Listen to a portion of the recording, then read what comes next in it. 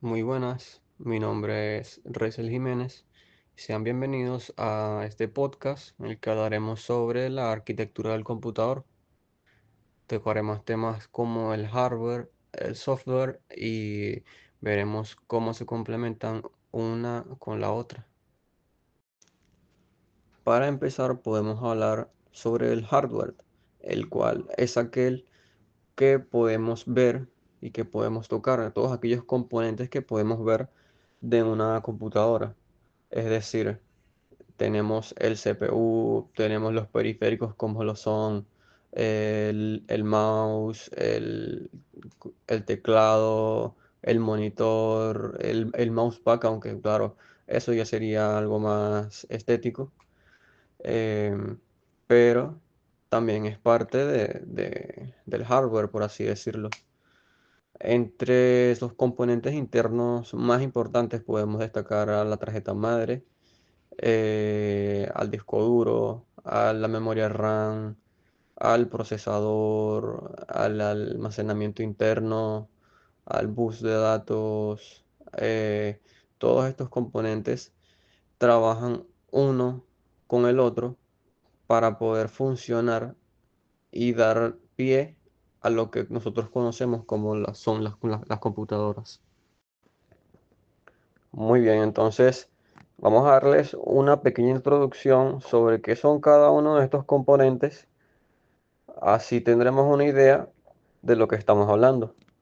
Para empezar, tenemos que la tarjeta madre funciona como una base en la que van montadas las demás piezas, como lo son el disco duro, la tarjeta gráfica, el procesador, la memoria RAM, van los bus de datos, van los BIOS, va la fuente de poder conectada. Eh, Todos estos componentes se agrupan en la placa madre porque allí es donde están la mayor cantidad de conexiones y funciona como el cerebro o la estructura ósea de la computadora, del computador, por así decirlo. Es un médula espinal. Luego tenemos el procesador que funciona como el cerebro de la computadora. Es aquel que le da la potencia y le permite, valga la redundancia, procesar todos aquellas, todos aquellos programas, todos aquellos microprocesos en segundo plano, en primer plano, y le permite correr diferentes programas dependiendo de su potencia. Entre los procesadores tenemos procesadores Ryzen, procesadores Intel, que si bien ambos son muy buenos y están compitiendo fuertemente en el mercado, pues su preferencia abarca en cada persona. Eh, Obviamente un procesador que sea de una generación mucho más nueva va a tener un mejor rendimiento de lo que tiene un procesador de generaciones anteriores. Tenemos también lo que es el disco duro. El disco duro funciona como el almacenamiento de la computadora. Es la memoria de la computadora, donde van guardada toda esta información, todos aquellos archivos, todos aquellos programas, todos aquellos lenguajes de programación, se guardan y se codifican en el disco duro. También tenemos la memoria RAM. La memoria RAM es aquella que le da fuerza y ayuda, son como los pulmones, también podemos decir, de una computadora. Ayudan a que el procesamiento y el post-procesamiento de las tareas sea mucho más eficiente. Sin ellos, el procesador estaría muy forzado a cumplir demasiadas tareas y no daría la talla para lo que se requiere, ¿no? La memoria RAM eh, podría decirse que con unos 16 gigabytes de memoria RAM o incluso 8 para asuntos de oficina está más que sobrado. Pero cuando se trata de algún videojuego o de algún programa de edición, se necesita una computadora que sea realmente potente en el sentido de procesador y de memoria RAM. Adicionalmente, también tenemos las tarjetas gráficas, las cuales también van en la tarjeta madre, que lo que hacen en estas placas de video es lo mismo, darle potencia o centrarse simplemente en lo que son los gráficos, en procesar toda esta información de todos estos programas que son realmente pesados y requieren mucha exigencia del procesador. Entonces, le relegan, el procesador le relega esta carga a lo que es la tarjeta gráfica, dependiendo de su generación, obviamente, y de su memoria, eh, pues tiene más rendimiento una que la otra. Por ejemplo, una RTX 3060 de 12 GB DDR6 no tendrá la misma potencia que tendrá una RTX 5090 de nueva generación que tiene aproximadamente 24 GB de DDR6, DDR7. El bus de datos y los BIOS son aquellas conexiones físicas, cableado, que podemos observar dentro del tablero, dentro del CPU, a los cuales normalmente también están agregando las conexiones de la fuente de poder. La fuente de poder, por otro lado, es el corazón de una computadora. A mi manera de ver, es aquella que le da la energía necesaria a cada componente para que funcione. No le dan ni más ni menos, porque al darle más podría provocarle un cortocircuito. Por eso es sumamente importante que las fuentes de poder sean certificadas para evitar todo tipo de conflicto con los demás componentes, ya que si es una fuente de poder genérica, es muy probable que te den problemas los demás dispositivos, los demás componentes, quiero decir. Te pongo un ejemplo, yo tenía una computadora en la que los demás componentes, aparte de la fuente de poder, sí eran originales, pero la fuente de poder era genérica.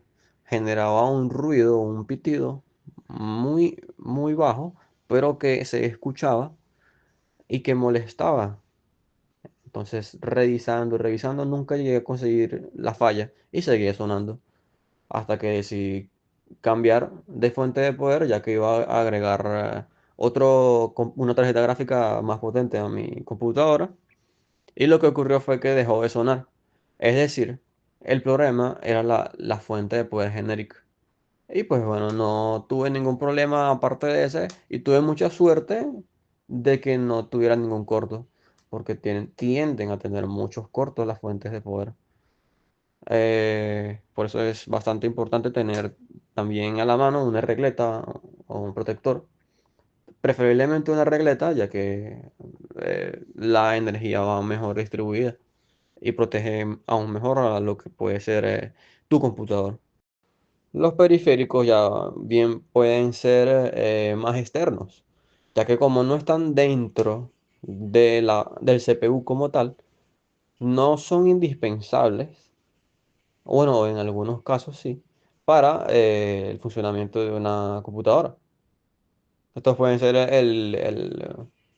el ratón, pueden ser el teclado, el monitor, como bien dije, también puede ser el mousepad, pueden ser audífonos, altavoces, bajos, todos estos que permiten una facilidad a la hora de usarlo.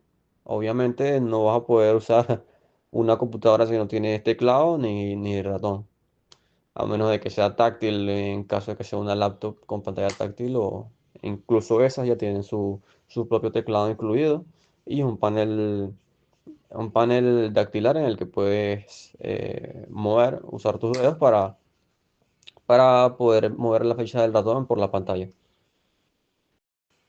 Por otro lado, subsecuente al hardware, tenemos lo que es el software. El software es aquella parte intangible, es aquella parte que no podemos ver ni tocar de un computador.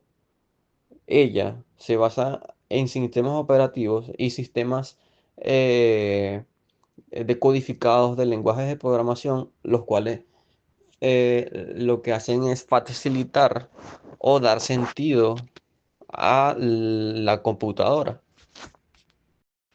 Es decir, que el software es aquel que nos permite realizar todas las funciones que nosotros podemos llegar a hacer en una computadora.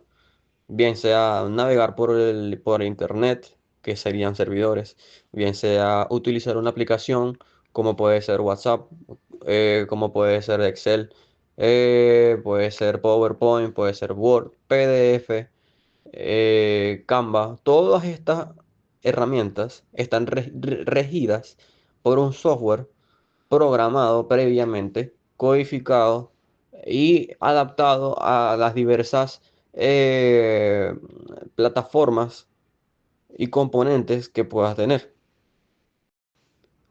Ciertamente, también existe un tipo de software malicioso, el cual es llamado virus troyano, el cual lo que hace es dañar los componentes de de una computadora.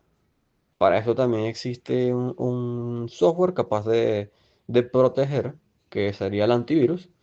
Se encarga de protegernos de este tipo de virus troyanos que pueden ser contagiados por vía internet en páginas maliciosas o mediante algún pendrive, que son unidades de almacenamiento externo, eh, con algún tipo de virus y que haya contraído en algún otro ordenador.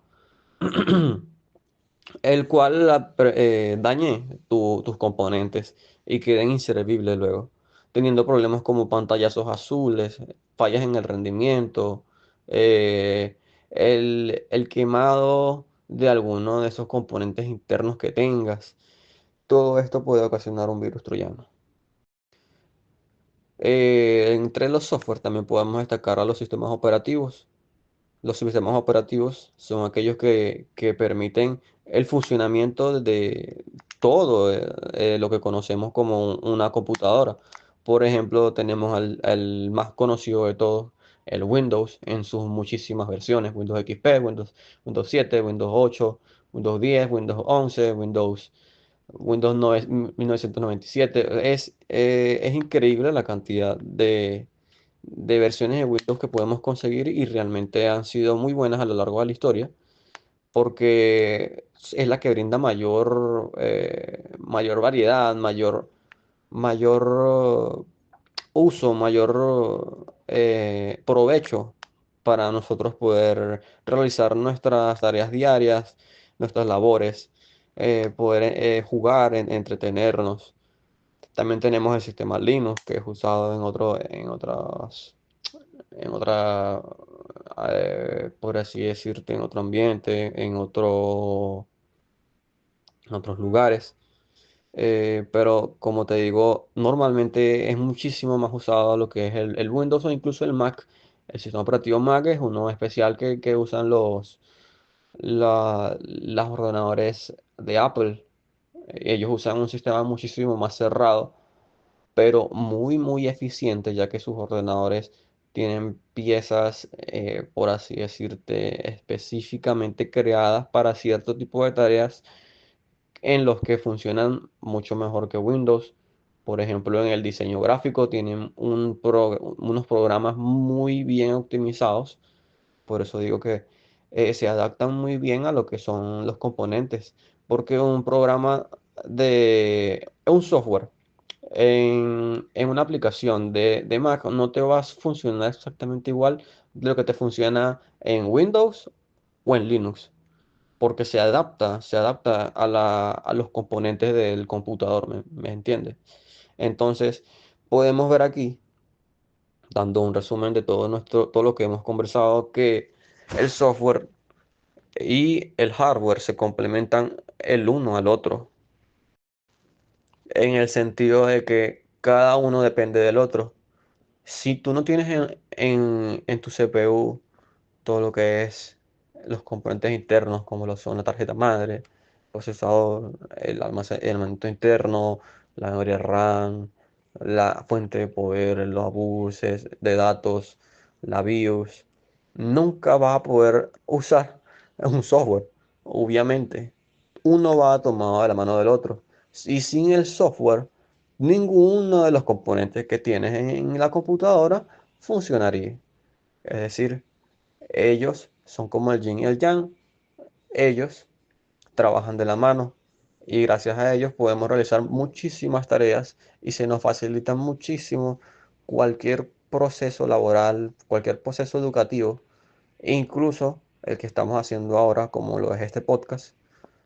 Esto es una muestra de lo que puede llegar a crear el ser humano y puede llegarse a decir también de lo mucho que le falta por avanzar, porque esto puede mejorar muchísimo ya que cada día surgen nuevas tecnologías que pueden llegar a cambiar y a revolucionar lo que es el mercado y el mundo en sí.